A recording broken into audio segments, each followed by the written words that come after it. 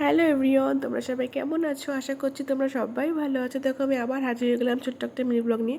আজকে ব্লগটা কিন্তু সম্পূর্ণ আলাদা, দেখতে থাকো। আর তোমরা কিন্তু বুঝতেই পারছো আমার গলার আর শুনে যে আমার শরীর কতটা খারাপ। আমার শরীর এতটাই খারাপ যে আমার গলার ভয়েসটাই পুরো চেঞ্জ হয়ে গেছে। তো আজকে রান্না হবে চিকেন, বাট আমি করবো না রান্নাটা করবো আজকে আমার হাজব্যান্ড। আমি পাশে দাঁড়িয়ে বলে দিচ্ছিলাম যে এইভাবে করো রান্নাটা।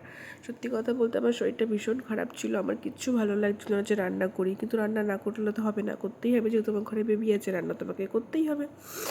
ওর জন্য বর বললো তুমি বলে দাও আমাকে, আমি করছি। আর একটা কথা, আজকের ভিডিওটা কিন্তু দেখে বলতেই পারে অনেকে যে এমন কি শরীর খারাপ যে বরকে দিয়ে কাজ করাতে হচ্ছে। আমার কি মনে হয় বলো তো, সংসারটা যেহেতু দুজনের, ওর জন্য দুজনে যদি কাজটা ভাগ করে নেওয়া হয় তাহলে কিন্তু খুবই ভালো হয়। আর তোমরা কিন্তু জানিও তোমাদের হাজব্যান্ডকে সাহায্য কি করে। আর শোনো আমার বর এই যে কেমন লাগছে গরমে রান্না করতে? নতুন জিনিস ভালোই লাগছে। নতুন জিনিস ভালোই লাগছে, কষ্ট হচ্ছে না গরমে? কষ্ট হবে কেন? আমাদের বাইরে কাজ করতে থেকে বেশি কষ্ট হয়। এরকম মনে হয়। তোমরা বাইরে কাজ করে দেখো কিরকম কষ্ট লাগে। ঘরের মধ্যে গরম, আর রোদ্দুরে গিয়ে কাজ করে দেখো। তাহলে রোজ শরীর খারাপ থাকবে আর রোজ তুমি রান্না করবা। এখানে আমার কাজটা তুমি করে দিয়ে আসবে বাইরে। শুনলে তো কি বলছে যে নতুন কাজ করতে একটু ভালোই লাগছে। আমার কি মনে হয় বলো তো, যে মাঝে মধ্যে বড়দের দিন এরকম একটু কাজ করানো ভালো, তাহলে তারা বুঝবে যে বাড়ির মহিলাদেরও কাজ করতে কষ্ট হয়।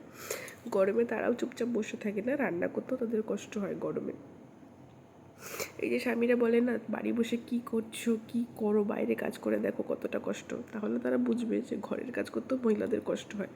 আর এদিকে দেখো সেদিনকে আমাকে গুছিয়ে খেতে দিয়েছে, অবশ্য আমি পাশে দাঁড়িয়ে থেকে বলে দিয়েছি ওর জন্য এত টেস্ট হয়েছে। আরেকটা কথা, এখন ওদেরটা কিন্তু ভীষণ খারাপ, তোমরা কিন্তু সবাই সাবধানে থেকো, তোমরা সবাই সুস্থ থেকো। By friend.